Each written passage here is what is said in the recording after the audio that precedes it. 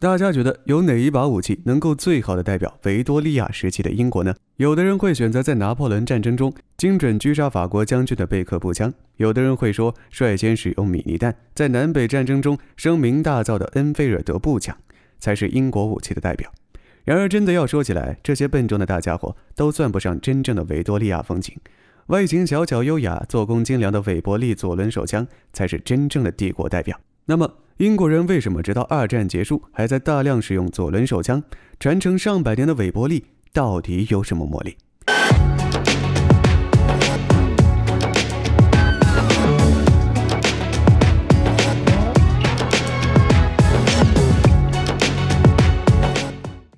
韦伯利左轮手枪是英国韦伯利与斯科特公司开发的一款左轮手枪，因为工作原理和结构，它也叫做韦伯利顶折式左轮手枪或者韦伯利自动抽壳左轮手枪。说它叫左轮其实是不太准确的，更准确的说法是转轮手枪，因为所谓的左轮手枪可以是特指那些弹朝左倾打开的战轮手枪，而韦伯利则是中折式，或者根据韦伯利自己的说法叫做顶折式左轮手枪。这把枪的历史最早可以追溯到19世纪中期，在之后半个多世纪的时间里，一直是英国军队的制式副武器，直到100多年后的1963年，才正式从英联邦国家的军火库中退休。从第二次布尔战争开始，韦伯利左轮伴随英军打过南非，打过一战，打过二战，甚至还打过越南，可以说见证了大英帝国的巅峰时刻。而韦伯利左轮手枪的故事要从19世纪50年代说起。在当时，现代化的左轮手枪刚刚开始取代胡椒瓶手枪这种怪东西，还是一个比较新潮的玩意儿。1836年，塞缪尔·科尔特推出了由他改进的科尔特左轮手枪。据科尔特说，他是在坐船的时候看到了水手推动绞盘，从而得到了左轮手枪的灵感。科尔特的左轮手枪的弹巢也采用了类似的机构，通过扳动击锤来旋转弹巢，这样一来就不需要每打一发还要手动对齐枪管才能打下一发了。科尔特的设计乘上了当时美国工业化的东风，凭借先进的可互换零件的设计，到了19世纪50年代末，科尔特左轮已经几乎垄断了市场。而就在这个时候，科尔特左轮手枪的大火也让南征北战的英国军队意识到，左轮手枪是一个非常有用的工具，而这和当时步兵战术的发展是分不开的。在英国独立战争时期，当时的美国大陆军就曾经使用伞兵战术攻击英国的线列步兵，取得了不错的战果。随后世界上主要国家都开始接纳伞兵的概念，英国也开始组建自己的实验性步兵团。他们用更精准、威力也更大的线膛碎发枪取代了传统的滑膛枪，足以在中远距离上对敌人造成点对点的致命打击。在线列步兵的时代，这是几乎不可能的任务。然而问题来了，前装式的碎发枪虽然精准，但装填时间实在是太慢了。以英国人的贝克步枪为例，1分钟能开4枪的就算是顶尖的射手了。这样一来，如果第一发没打中，或者是陷入了以一敌多的环境中，碎发枪比起烧火棍来也好不了太多。那么为了避免和敌人硬碰硬的拼刺刀，并且在打倒敌人之后还能优雅地说一句大人时代变了，就必须要有一个靠谱的副武器。而在这个时代，最有效最靠谱兼具轻巧便携功能的武器是什么呢？自然就是左轮手枪了。时间来到1851年的伦敦万国博览会，在辉煌的水晶宫下，科尔特也搞到了一个展位，给大洋彼岸的英国老乡带来了美国土特产。由于当时的反响非常强烈，科尔特对用左轮手枪轰开英国市场可以说是自信满满，甚至直接在伦敦投资建造了一家大型工厂来生产这些左轮。不过可惜的是，老科尔特的这笔投资很快就成了镜花水月，并且给伦敦当地的枪匠做了嫁衣。科尔特的1851型左轮手枪虽然制造精良，但是作为军用手枪来说，弹头的威力比较不足，而且最重要的是，科尔特是单动的，比起双动式，也就是说每次射击前都必须将击锤后扳到底，然后才能扣扳机激发开火。当然了，常看西部片的朋友可能对一种特殊的射击技巧有印象，就是所谓的速射。射手可以通过一只手扣住扳机不动，另一只手迅速拨动击锤，来实现左轮手枪的快速连发。在一些游戏里对这种手法也有描写。虽然这种方式的确可以实现速射，不过它本质上是一种特技，并不符合真实的战术情况。所以在真实的战场上，打一次拨一下的单动左轮，除了准确性比较高一点以外，是不如双动式的。所谓的双动，就是每次扣下扳机的时候，直接由扳机带动击锤，完成击锤的拉下和释放2个步骤。现在的左轮手枪也大多采用类似的设计，因此在短暂的火炮过后，英国军方很快就对科尔特左轮失去了兴趣。科尔特的伦敦左轮手枪工厂也在不久之后关门大吉。但科尔特的到来给英国国内的小作坊式枪械生产带来了一点小小的工业化震撼，其中受影响最大的要数亚当斯和韦伯利两家。首先登场的是亚当斯，由英国武器工程师罗伯特·亚当斯创立。他开发的亚当斯左轮手枪是第一把成功的双动左轮。1868年，亚当斯手枪由英国陆军部采购，配发给士官和骑兵们，但实际的使用表明，亚当斯手枪在10米以外就打不准了，而且他用的点450亚当斯子弹制止力也比较差，并不算是理想的自卫武器。而且这一时期，英国陆军的后勤，尤其是在手枪上的后勤出现了很大的问题。一方面，当时的大英帝国境内烽烟四起，各个殖民地冲突不断，不论是维持治安还是平息叛乱，总得有把枪吧。而且你这枪还不能太差，毕竟那年头可没什么枪炮管制，当地土著自己搓也能搓几杆鸟枪。各地驻军对现代化的左轮手枪的需求自然也是水涨船高，但此时的亚当斯公司或者说亚当斯作坊产能实在是不足，根本供应不上英国人的庞大需要。好吧，亚当斯是指望不上了，那我大英帝国军火库里总得有点像样的枪吧。结果就是陆军部清点库存，发现了大量乱七八糟的手枪，简直是一个群魔乱舞。科尔特和亚当斯就不说了，各种单发手枪，不知道哪一年留下来的胡椒瓶手枪全都有，但就是没一个合适的。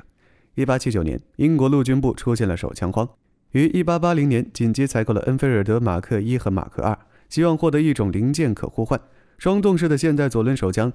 这款手枪采用了威力更强的点476恩菲尔德弹药，但这把枪的装弹机制复杂，保险装置也比较糟糕，并不受一线士兵的喜爱。1886年，英国皇家海军飞鱼号的鲁珀中尉一个不小心把他的恩菲尔德手枪掉到了甲板上，保险失效，撞开了击锤，直接导致他被自己的手枪爆头。不久之后，这把手枪就因为操作复杂、重量过高等一系列原因，逐渐退出了现役。时间到了1887年，英国陆军继续寻找一款转轮手枪来取代不尽人意的点476恩菲尔德，而菲利普·韦伯利正带着他的新型政府左轮手枪整装待发，准备拿下这个单子。早在1835年，伯明翰的菲利普·韦伯利和詹姆斯·韦伯利兄弟就是当地很有名的枪械制造商。这一时期，韦伯利主要生产一些单发的小手枪，例如克特的点41德格林、史密斯威森的点22左轮等。不过有小道消息称，他们当时生产的这些手枪都是偷着造的，没有获得美国公司的许可。韦伯利家从这些美国枪中学到了一件最重要的事情，那就是零件的可互换性。这是所谓的美国制造体系中最显著的2个特点之一。前面我们说到，科尔特试图打开英国市场失败，只能关闭工厂返回美国。但老科尔特给英国人带来的远不止几把左轮手枪那么简单。最重要的是，英国的军火工业开始转向美国制造体系。例如1856年，恩菲尔德兵工厂就建立起了美国式的流水线车间，使用蒸汽机驱动，每周能够生产1744支步枪。在美国制造体系中，使用机床和夹具来制造标准化的零件，零件的公差被限制在一定范围内，因此可以用最少的时间和技能进行组装，几乎不需要或根本不需要装配。由于零件可以互换，制造、装配和维修也可以分开来，既不需要在同一个地点，也不需要同时掌握这3种技能的专职人才。举例来说，供应链上游的小型工厂可以接受分包制造零件，造好的通用零件则可以在主工厂的装配线汇总并组装，一旦枪支出现故障，可以由随军的武器专家进行现场维修。一方面，这意味着生产力的大幅提高，生产成本大幅降低，而且由于通用件公差可控，这些枪支的使用寿命和可维护性都要更好。但要实现可互换性，并且进一步实现左轮手枪生产的工业化，韦伯利还缺少一样东西，那就是专门的机器。而此时的韦伯利公司已经是英国有名的转轮手枪制造商，他们生产的韦伯利普莱斯手枪已经采用了标志性的中折式设计，坚固耐用，动作可靠，受到了英国民间的广泛好评。维多利亚时代，个人持有枪械是很正常的一件事，手枪射击之类的竞技娱乐项目也在逐渐流行起来。再加上当时的英国仍然有军官自费购买副武器的传统，因此在市场的优胜劣汰下，韦伯利左轮手枪很快就崭露头角，成为了刚开始服役的年轻军官以及射击运动员的首选武器。到了1887年，英国陆军终于决定替换广受诟病的476口径恩菲尔德型左轮的时候，韦伯利其实已经在英军中打响了自己的名头，许多英国军官甚至是高级军官都已经是韦伯利的小粉丝了。在一次会面中，英国战争英雄陆军元帅沃尔斯利子爵对着军械总监狠狠地数落了一通恩菲尔德左轮，并且掏出了他随身携带的韦伯利普莱斯，表示我这个才是好枪，你那掉地上能把人爆头的是什么垃圾。军械总监脸色是一阵红一阵白，生怕老英雄拿着韦伯利铲除国贼。没过多久，恩菲尔德皇家兵工厂就找上了韦伯利，请求韦伯利工厂为英国军队设计一款新的左轮手枪。最终1887年11月8日，韦伯利点442马克1军用左轮手枪被正式敲定下来。英军最初下定1万把，后来又增加到2万把，其中16000把交付英国皇家海军，4000支交付皇家陆军。首次交付于1890年开始，4年之内生产了35000把，赚了个盆满钵满。韦伯利马克1可以说是英国19世纪手枪制造的巅峰制作。由于之前长期面向现役军官和专业竞赛射手，它的造型优雅，瞄准迅速且准确，鸟头式的握把非常适合戴手套的骑兵使用。为了让骑兵收枪更顺利，韦伯利还在转轮前面专门加装了2个三角形的凸耳，从而让手枪在放入枪套的时候更丝滑流畅，不至于让转轮被枪套壁勾挂。另外，大家还能看到一个韦伯利上的特别设计，那就是打开弹槽的拨盖，同时也会顶开击锤，这就等于是在装弹时加了另一层保险，减少了韦伯利误动作的可能性。以小见大，仅从这2点就能看出来，韦伯利在设计上是非常考究，而且听取了许多军人意见的。接下来的韦伯利马克2则是韦伯利的第一种改进型，它改变了击锤和握把的形状，让骑兵能够更容易的单动击发，并将弹槽后方的护盾改为硬化钢，于1895年定型。与此同时，仍在前线奏合用的亚当斯手枪也正式宣告退役，英国左轮手枪的新时代到来了。马克3型的韦伯利绝大多数并未列装，只有少部分进入英国海军服役，改进了弹槽驱动凸轮以及相关部件。马克4型也被称为布尔战争型，以更好的钢材制造，零部件表面硬化，弹槽轴固定到了枪管上，并且重新设计了护盾。马克5型则将弹轮直径提高了3毫米，因为这一时期子弹开始大规模使用膛压更高、威力更大的消化棉发射药，弹槽必须够厚，才能确保没有炸膛的风险。最终型号的韦伯利马克6可以说是韦伯利的巅峰之作。我们现如今一说到韦伯利，其实经常指的就是韦伯利马克6。它的握把改为了深受射击爱好者喜爱的平底，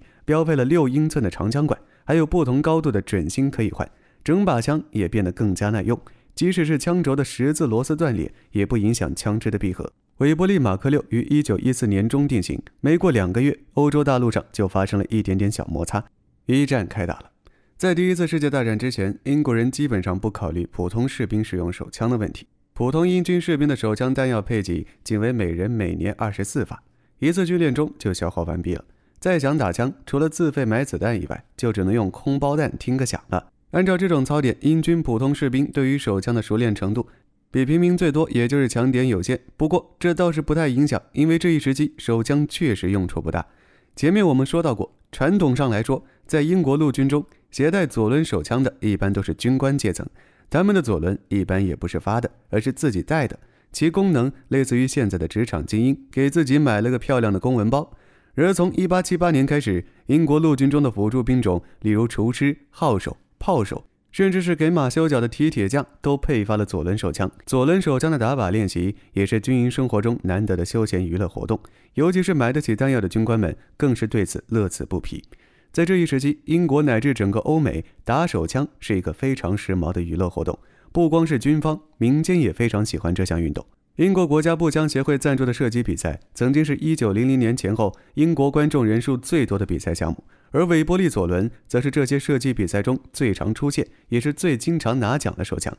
1913年于比斯利举行的大赛上，韦伯利手枪包揽了速射比赛的所有奖项。除了因为本身质量过硬以外，韦伯利善于吸纳用户意见，积极反馈改进也是一大原因。当时的韦伯利允许用户定制不同尺寸的枪管，准心和握把客制化程度很高，这是同期的自动手枪做不到的。而且这些用户反馈也会及时的带到军用武器版本上去，长盛不衰的韦伯利马克6就是这样来的。因此当世界大战到来时，韦伯利很幸运的已经完全做好了准备。第一次世界大战刚开始的时候，交战双方都在沿着铁路线进行一场酣畅淋漓的机动作战，德国在西线快速推进，而法国几乎丢掉了巴黎。不过很快交战的双方就陷入了焦灼状态。第一次马恩河战役后，大量马克沁主义者的到来让西线战场变成了人间地狱，因为战壕狭窄，敌人数量密集，在冲锋枪等自动武器出现之前，手枪几乎是堑壕战的唯一选择，因此